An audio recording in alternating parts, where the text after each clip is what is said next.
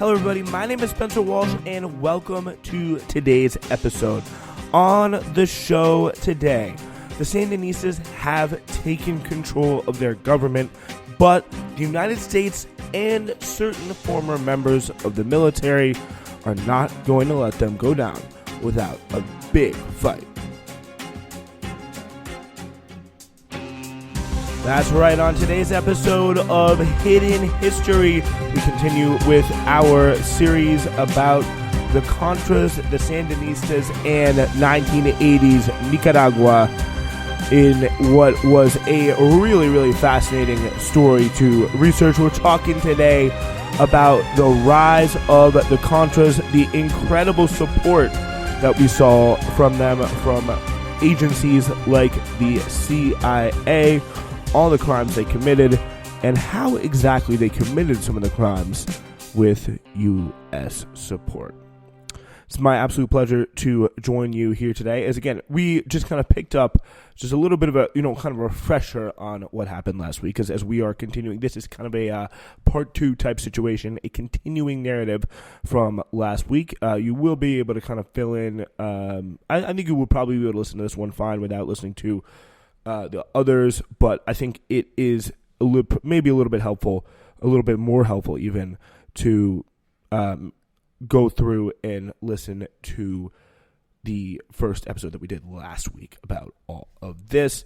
But essentially what happened was we had the Somoza dictatorship in Nicaragua that was really heavily backed and supported by the United States. They committed really brutal crimes. There was kind of, in the 1960s, a Marxist student group that turned into this kind of guerrilla army that really got a pretty broad-based coalition.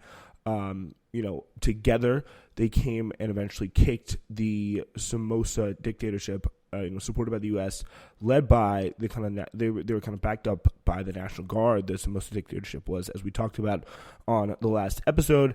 They go in there, they go crazy, and then kind of kick out. They're really getting brutal crimes before they are overthrown eventually by the FSLN, the Sandinista Liberation Front. They're ready to bomb a whole city. That's how desperate they are to get into power, but eventually the Americans cut support for them, so they are essentially dead in the water. It was a pretty big deal, because that means that the Sandinistas are in charge. How about that? Sandinistas were victorious. They were able to start their government, and it really was a pretty big moment for them, at least for now. They had won the revolution with a very broad coalition. You had everyone from the bourgeoisie all the way down to the kind of the peasants and the workers supporting them. Pretty much any political force not directly tied to Somoza, the old dictator, was supportive of them politically. Eventually, there was you started with the students, then you started with the peasants, then you started with the factory laborers, then you went to maybe some kind of more middle class people, then the small business owners, then you work up to even the kind of the top newspaper publishers, and some of the people in the high society were like, okay, we got to get this guy out. Not only is he just incredibly repressive and bad, but he's, more importantly to these people, he's bad for business. He's causing too much chaos. He's not allowing things to run smoothly. So, that was kind of their motivation for joining the political coalition. But, it was a really, it was the approval rating for Somoza, if he had been polled at the time, was probably would have been like 2%.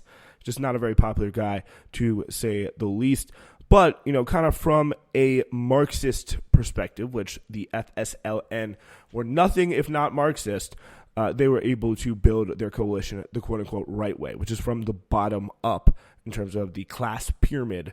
They begin with workers and peasants and students, and they worked their way up incredibly well. But they'd also included pretty large portions of bourgeois forces, which in Nicaragua's case would look something like the owners of medium to small businesses and the elite. It would have been a kind of a pretty big part of that coalition, and a pretty big part of what kind of gave them this kind of warm glow, this halo effect, as they eventually went on, kind of that, it was almost an intentional aspect, especially towards the United States, which was playing such a big role in the country's history and played a big role in this conflict as well, to pretty much hide their true selves, hide the Marxist core underneath, the left-wing core underneath, say, you know what, aren't these guys bad? We need to get them out, and it would just be better if you just cooperated with us and saw the sign and just got rid of them. But it was definitely needed to defeat the brutal Somoza dictatorship. But again, not only would it be a little bit of a political liability down the road, it would start kind of almost immediately after a year. But it was the government was young, the vibes were good, and the leader was Daniel Ortega. It was especially after the death of the anti-Somoza publisher Pedro Chamorro. We talked about him in the last episode. It's kind of a, more of a, he was one of those people that joined towards the end. He was one of the kind of representative of the high society turn against Somoza. And he was a, kind of, after he died, they were like, hey, why don't we get the guy who led FSLN, led the kind of rebels to victory, Daniel Ortega, who's also, a pretty charismatic, pretty strategic guy. So he was put there in charge. He really becomes the face of the movement. And he was then kind of began to form a National Reconstruction Council of 5. He appointed himself and 2 other Sandinistas, and the widow of Pedro Chamorro, and a businesswoman served as the oppositional minority. Of course, you need only 3 votes to pass, so it was pretty safe to say that the Sandinista priorities went through unchecked. There was also a council of state that was composed of, like the Reconstruction Council, largely Sandinista allies. And again, there was kind of in the research side that was framed as a very scary thing. It was, there was one party that has a majority and is able to do what it wants. This kind of belies the fact that this is really how it always happens when you win an election. Or, by the way, lay down your lives to overthrow a brutal dictator, you kind of get a lot of popular support. So, maybe if there wasn't a big majority for anything else, especially after the kind of events of the country, it may not have been the biggest surprise. That there was not many people who were that supportive of a lot of the other kind of political forces in Nicaragua, as opposed to the ones that just kind of led the way against Somoza, who everyone hated. But it's definitely fair to say that they seemed a bit paranoid of opposition. Any kind of opposition, especially from the bourgeois forming. Again, from the kind of the elite of the people, the kind of class companions of the people that they just kicked out, and it might have been for good reason. They just won the revolution, laying down their lives to drive out an awful dictator. They had the popular support of the people on lock. Not only were they driving out Somoza, they knew that they were driving out his allies in the United States as well, which was a much bigger deal. This was not just one kind of Tim Pot dictator that you had to drive out. This was a guy whose entire oppressive army was set up and funded by the United States, trained even, supplied, all that stuff. This was someone who was deeply supportive and deeply invested with, or supported by, Somoza was, the biggest power in the world. That is an incredibly intimidating thing. No doubt about it. So it seems like they had a pretty good justification to be a little bit kind of scared and intimidated, as opposed to just saying, opposition, let's just start. We want a robust political debate because we believe all sides are acting in good faith. No, it's like they aren't idiots. They know who they just beat. They know what they're capable of, and they know how much they really just beat them by and how significant that victory was. Which is a pretty big thing. And, if you have a country that's going to go by any means necessary to try and destroy you, what is, sort of course, an actual invasion because it would look politically bad, it's something that you're going to want to have to take, if you're in any way a serious country, you're going to want to, and you're going to have to take action on it. I mean, it was really driving out, and he was, Ortega and FSLN was with his victory.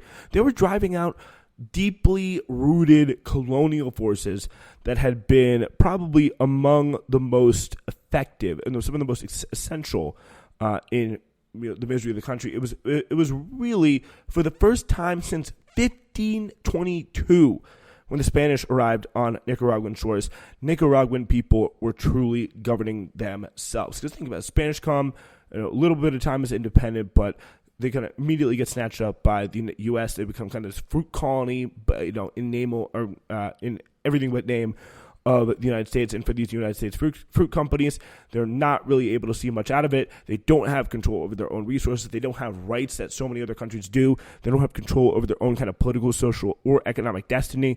And it's a really kind of devastating, tough situation. And they are finally, this FSLN movement is finally able to kick the kind of the people perpetuating that system out for the first time since 1522.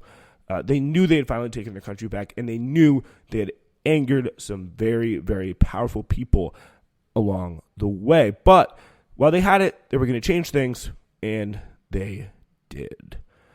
They were inheriting a country billions of dollars in debt and having suffered $480 million of damage, according to UN estimates, in the wake of the Revolutionary War. Lake Managua, just outside the capital, a pretty critical spot for the Nicaraguan kind of not agricultural, but kind of wildlife for a long time, was dead due to decades of pesticide runoff from American companies in the region, just kind of untreated sewage plants, really corrupt, just allowed to function in any which way, just kind of pouring and dumping water into this lake, which declared dead. So yeah, they had soil and dust erosion, a problem due to deforestation as well. So one of the first things they did, they created a national land or an environmental agency that really went to work on that. They planted a lot of trees, very interesting. So similar to what happened in Burkina Faso with Thomas Sankara, you can see a lot of these kind of parallels coming back here. They also, similar again to Burkina Faso, they cut illiteracy from 60 to 13%. And another one kind of the funny kind of anti-Sandinista, because Thomas Sankara, I think, is way more widely accepted as a good guy because he did, again, a lot of those things. He was nonviolent. He, turned his Mercedes turned the government Mercedes into cheap Renaults or whatever. But he was really doing a lot of things here as these Sandinistas, including the cutting the rate of illiteracy in the country from 60 to 13%. And that, whereas I was researching that, was framed of, an incredible achievement. Wow, Thomas Sankara really doing good stuff. But when the Sandinistas do it, they apparently were, feeding them government propaganda or pro-Sandinista propaganda along the way, which begs the question, why on the other hand, did they not teach the Nicaraguans to read in the first place? What were they worried about happening? They get educated and they realize what is actually going on, and they're able to kind of communicate in a much more effective way if they are actually literate. Again, 60% literacy rate, or illiteracy rate, in 1980s there. So that is a pretty depressing state of affairs that, it gives you kind of a sense of how badly behind, after the brutal Somoza dictatorship, Nicaragua really, truly was. There's definitely no denying that. So they also really made investments in education and healthcare. They were made available to people that really just did not have them before, and essentially for free. And also land, which again, it's important to understand here. It's not like they were just, taking these farmers' lands, these poor little farmers' lands, and distributing them to the peasant class. No, you got to understand this time, there was about, probably, you can count them on maybe, less than 100 people, which were landowners in Nicaragua at the time. It was very much kind of concentrated at the top in an area. Millions and millions and millions of people have toiled for their entire lives on land that they never got to truly live on, never got to truly be comfortable on. And the Sandinista government, they changed that. They gave people a chance to buy property, and they did it by force, which definitely pissed a lot. This is one of the kind of the so you want the U.S. to overthrow you in a coup bingo spaces. That's got to be one of the biggest ones right there. Land redistribution was an incredibly big and very kind of consequential move there that really alerted these people. Okay, we are in serious territory there. I think there's just a siren whenever someone redistributes land that goes off somewhere in Langley, but they were really, with these moves, they were able to kind of catch the Nicaraguan people up, really, and allow them to begin to live a life commensurate with the wealth that their country created in global society. Their right to healthcare, education, clean environment, et cetera, et cetera, et cetera. All these things that, Western countries that have been exploiting places like Nicaragua and Burkina Faso and Iran and all the, in Guatemala and all those other places that we talked about, they have been, they've been reaping the rewards. A lot of them, the United States no, but all Europe, they were able to have free healthcare.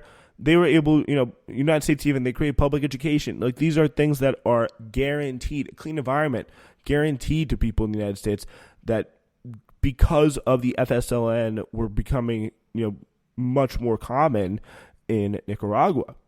But already in the first year, moderates began to be uncomfortable about the anti-Americanism of the FSLN and its ties to the Cuban regime. Those were spurred by the intensely Marxist regime, turned to a new friend in the Reagan administration, which was just coming in for Jimmy Carter at the time. Nicaragua could not be an example of the successful country for the U.S. This is kind of how they saw it. It's kind of Henry Kissinger. You hear him saying this. You get people in the Reagan administration saying this. It's kind of a common theme that runs throughout a lot of U.S. foreign policy, was the fact that they are just unable to conceive of a situation where there is any example of a socialist government doing well. Like, that is something that is their number one policy goal, is to stop that from happening. Because if one person sees that, they can do it, they can actually rebel against the kind of imperial order led by, at times, Great Britain, now in the post-World War II era, the United States, and if they're able to come out there and do that, that is something that is just absolutely remarkable, and it's something that just kind of sets the precedent. But through CIA action, all those people, except for a handful that have kind of been successfully demonized over the years, they have been overthrown, they've been murdered in some of the most brutal ways, and they have never been, or sabotaged in the most brutal ways, just to prove to people, just to give people like Tucker Carlson today that talking point to be like, oh, socialism never works. You always see it. Socialism never works. Never works. It failed everywhere it's been tried, but why? And that is the key thing that's kind of the history that's been hidden by this talking point. It's really kind of, once you kind of step back and see it, it's very, very clear to see what they're doing here is they are making sure that this is, once you give them an inch, they can really take a mile.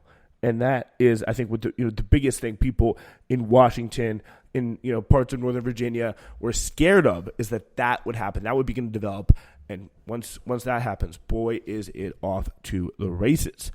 If Nicaragua can do it, anyone can do it. If Cuba can do it, anybody can do it. People, places like Iran, places like Guatemala, places like Burkina Faso, places like, Patrice Lumumba in the Congo, like, they cannot be allowed to succeed because, then what happens? It's a really tough and but still, very interesting and fascinating and just overwhelmingly clear situation as you can kind of see what happens.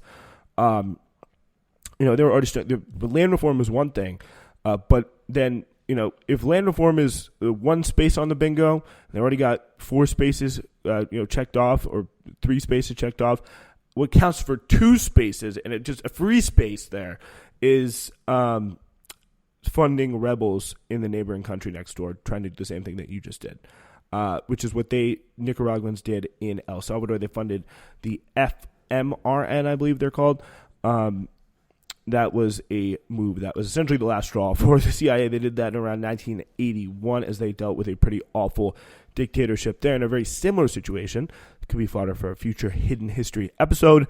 That was the last straw for them. They were saying something has got to be done about the Sandinistas here. They need to be stopped. And meanwhile, we had, in the midst of these reforms and the growing violence, elections still being held. In 1984, we had the victory of the leader, Daniel Ortega, of the FSLN as the kind of president for Nicaragua in the first kind of official elections after that kind of Council of National Reconstruction after the Revolutionary War. Which it is interesting because there was a guy named Arturo Cruz, who was the opposition candidate, who was pressured to leave the race. Not by the Sandinistas in some sort of anti-democratic attack, but by the United States. Because, again, still international observers deem the election that the Sandinistas overwhelmingly won and Ortega overwhelmingly won free and fair. But the New York Times at the time quoted U.S. officials as saying that they would never have let Arturo Cruz, the opposition candidate, stay in the race. And, they encouraged a lot of other parties to boycott it as well. Because if there was a viable opposition that Sandinistas that were obviously going to beat, they ended up beating that viable opposition, then there was no case that they could make that the Sandinistas were an illegitimate government that could be justifiably overthrown. So back in Washington, Reagan was increasingly concerned about the Central American rebel groups working together. One, of course, being in government, one supporting another rebel, and obviously supporting another rebel group down the road. They started off with a period of heavy sanctions and eventually worked up to a full trade embargo by the early 1980s, stopping all trade with Nicaragua, which made the economy scream as they intended. This embargo was deemed a violation of international law by 1986. Then, as a next measure, they reinstated old members of the brutal National Guard, the United States did, and this is kind of CIA effort that was coordinated, again, largely through the CIA, supported at every turn, and authorized at every turn by the Reagan administration. They reinstate old members of the National Guard. They try to bring them together. Again, this is a force that shot hundreds of civilians during the war, executed an American journalist on camera, and was prepared to bomb a whole city. They were pulled together with others who opposed the FSLN and molded by the CIA into the Contra resistance force, or what Ronald Reagan called the moral equivalent of the Founding Fathers.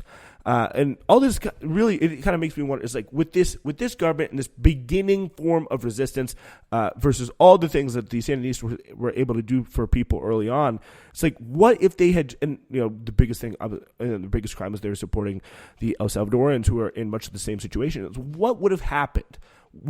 How different could it have been if the United States said, okay, you know what, we're going to try and do self-determination. We're going to say, what you guys are able to do, what you want to do, it's your right, it's your country, you should do this. Would the Sandinista government have been successful? Would and if they just stop putting the sanctions on them, just let them do what they do, and they could collapse under their own weight if their ideology is so bad. In El Salvador, if they want to go ahead and overthrow their government, that's something they can do too. It's a they pursued a non-interventionist policy. As crazy of a counterfactual as it could have been, considering all the different circumstances and the years of history leading up to that at that time. How much death, how much violence and destruction could have avoided, and how many people who had been under the yoke of one oppressor or another in Central America for years and years and years, how many of those people could have gotten a better life, could have lived and seen their loved ones live and not die in some sort of war or another, and who could have been able to farm the land their family worked on for generations. Like, that is something I think that's totally worth thinking about, because it's a damn high amount of people if they had not kind of pursued this policy and constantly intervening, constantly trying to shape the world around their economic and political ideology, for their own personal profit, really is what it comes down to. And it really is a counterfactual that sadly can never be answered. But anyway, the playtime for the United States was over when it came to Nicaragua. They were ready for war, and they started with some economic and diplomatic warfare. They pursued a pretty brutal economic embargo. They reinstated up through the 90s. The government offered amnesty without question, which was used by the elite to kind of flee the country, in a very similar situation to the Cuban exiles and emigres that we see coming to the United States today, a little bit better known with that. And I know Reagan did call them the, quote, moral equivalent of the Founding Fathers, but they were not Founding Fathers, or not like the Founding. I guess you could argue they were a little bit like the Founding Fathers, especially what they did with black people. But the Contras were out-and-out terrorists. The chain of command included ex-National Guardsmen and a former hero of the revolution who rejected the Marxist bent of the FSLN. They operated out of neighboring camps in Costa Rica and Honduras, from the north and the south. and started a terror campaign against Nicaraguan people, attempting to disrupt projects of aid from the Sandinistas, especially in rural areas in the north and the south. This is from a New York Times article at the time. One of the witnesses, who was quoted in the report and later was questioned by the Times, described an early morning attack that he said came as he was on his way to pick up coffee at a cooperative farm north of here. Along with 30 other volunteers, the witness, Santos Roger Briones, 16 years old, said he was traveling in a government-owned truck early last December. Nearly a kilometer ahead was a pickup truck carrying armed soldiers who had been supposed to protect the unarmed civilians from rebel attack. Suddenly, Briones called, the dump truck was peppered with rifle and machine gun, grenade, and rocket fire. Many in the truck were wounded, and those who could jump down and ran for their lives. I was hit in the foot and was covered with blood, so I laid on the ground pretending to be dead, said Briones. He remained motionless as the men in blue uniforms robbed him of his boots and wallet. Then the Contras came and cut the throats of the people who stayed on the truck, he said, using the Spanish term for the rebels. When they were finished, they set the truck on fire. From where I was lying, I could hear the groans and screams of those who were being burned alive.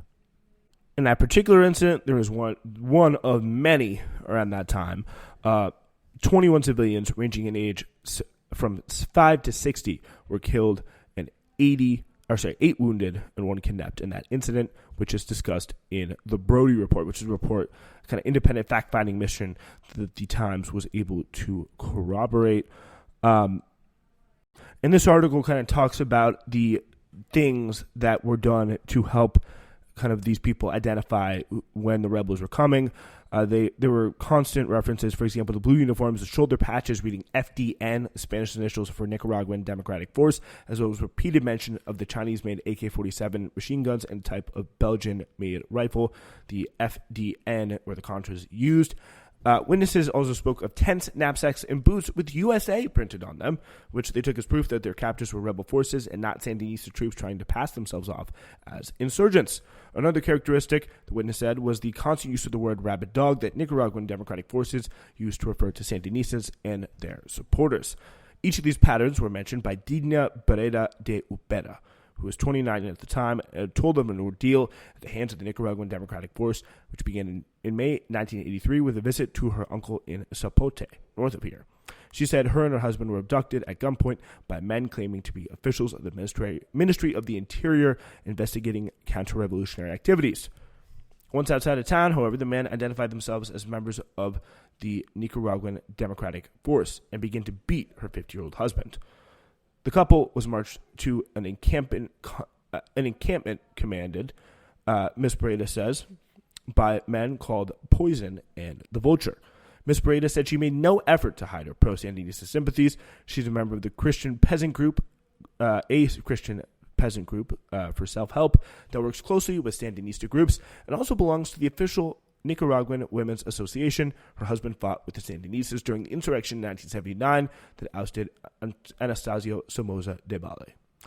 There were 50 or 60 of them in the group, and over the 5 days, they took turns raping me until each had his chance, said Miss Breda. While she was being raped, Miss Breda said the other soldiers standing by stabbed her with bayonets in the legs and the side. During some episodes, she said, her husband was forced to watch. And apparently during those 5 days as captive, she witnessed the torture and murder of a peasant acquaintance who had been kidnapped by the FDN in a separate incident. They asked him if he loved the revolution, she recalled, and he said yes. Then they started to gouge his eyes out with a spoon. Miss Breda said the soldier who was told to set her free raped her again after or before she was let go. She said her husband was released shortly afterward. Those are just two of the many reports from the Brody Report, which really detailed the abuses of the Contras, who we funneled money to, supported the whole entire time throughout the U.S. and the Reagan administration. These were out-and-out terrorists. These were people who didn't really do any, or probably more effective, more deadly, more heinous and barbarous than even some of what Al-Qaeda and ISIS did at the height of their terror. They blew up a Port Corinto in Nicaragua, which was later condemned by the International Court of Justice as illegal. And in the face of it all, Ortega was re-elected. But how was this campaign funded? The CIA was believed to be involved with its creation and had been funneling money since 1981.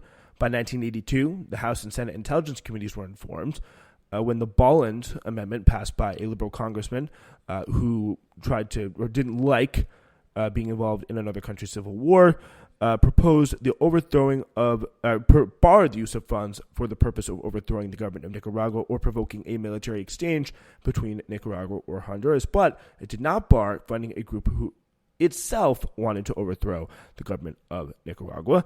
Money, though, throughout all this time was still funneled in anyway throughout the CIA, starting from 1981 onwards. It's just a matter of when the public finally caught on and when the public decided to chip in as well. So in 1983, Congress again put limits on the financing of rebels. Representative Bolland introduced an amendment that was ultimately approved that put a limit of $24 million on funds that the CIA, the DOD, or any agency or entity of the U.S. involved in intelligence activities may be obligated or expended for the purpose or which would have the effect of supporting directly or indirectly military or paramilitary operations in Nicaragua by any nation, group, organization, movement, or individual. So that's a little bit more all-encompassing. But Reagan continued to request more aid, which was denied by Congress in 1984 and denied multiple requests for military aid. Although some aid was given, both militarily and for humanitarian purposes, quote unquote, because, if you really believe the humanitarian aid was going, for blankets and food that the Contras were giving out in Nicaragua after those stories I just told you, I have a nice waterfront property in Nebraska to sell you at this point. But, even though there was some aid given for, again, militarily and kind of humanitarian purposes, much of the Contra funding came through CIA funneling, these kind of outside the books funding towards the Contras. And where did those resources to smuggle money to the Contras, where did that money come from? How did the CIA get that money? Well, there was a young journalist in San Jose by the name of Gary Webb who was working to piece that together. And what he found is going to be the subject of next week's show.